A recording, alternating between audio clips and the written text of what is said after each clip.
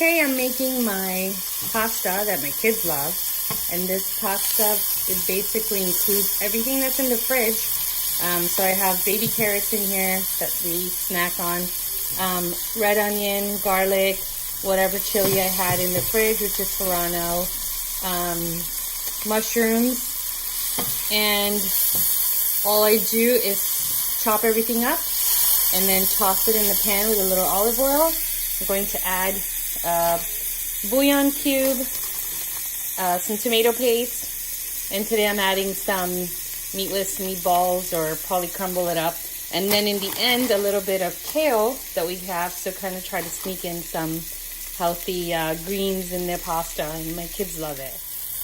Here I've added a squeeze of the tomato paste, maybe a little less than a tablespoon worth, but you can add however much you like. For herbs, you can add like an Italian mixed dried herbs or parsley or whatever you like in here. It's very forgiving. I mean, you can make whatever and customize it however you like it.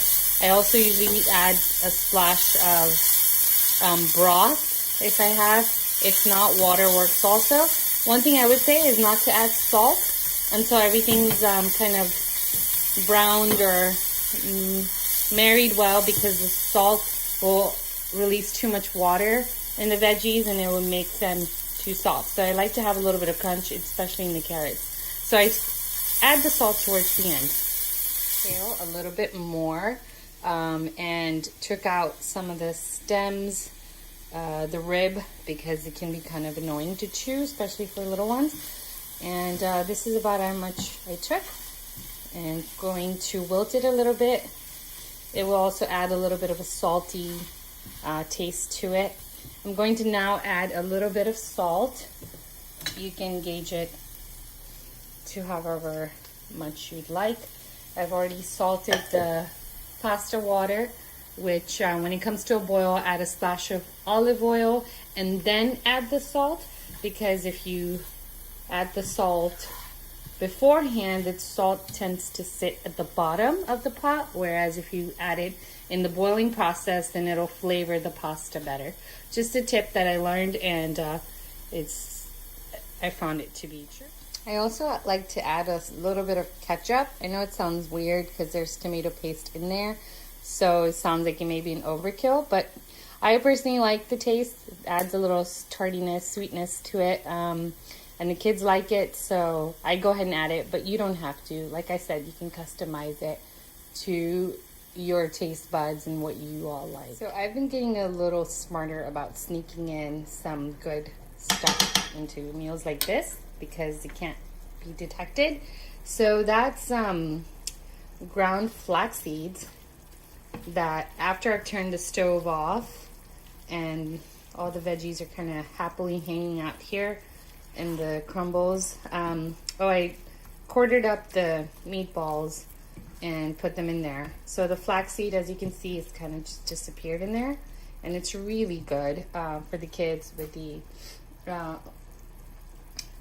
omega-3s, and just really good for you. And I find that I can kind of sneak it in here, which is good. And honestly, you don't taste it at all. These are the meatballs that I use. They're Trader Joe's meatless meatballs. This is my first time using this. Normally I have like ground soy from Publix or one of the grocery stores, whatever they have, but I happened to go to Trader Joe's today and I found all this stuff. Well, just found the meatballs and the kale today, so decided to add that. So the pasta's done. I added it to the pot.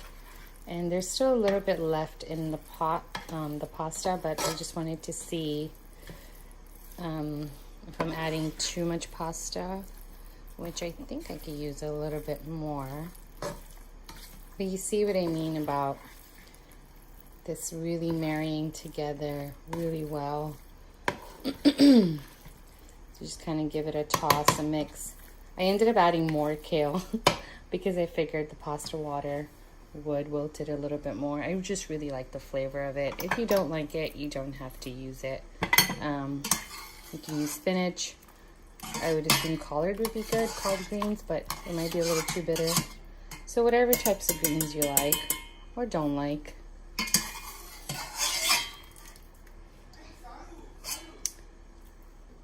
This is what it looks like when it's all done. Who doesn't love a big heaping bowl of pasta? I hope you guys enjoy it. Thanks for watching.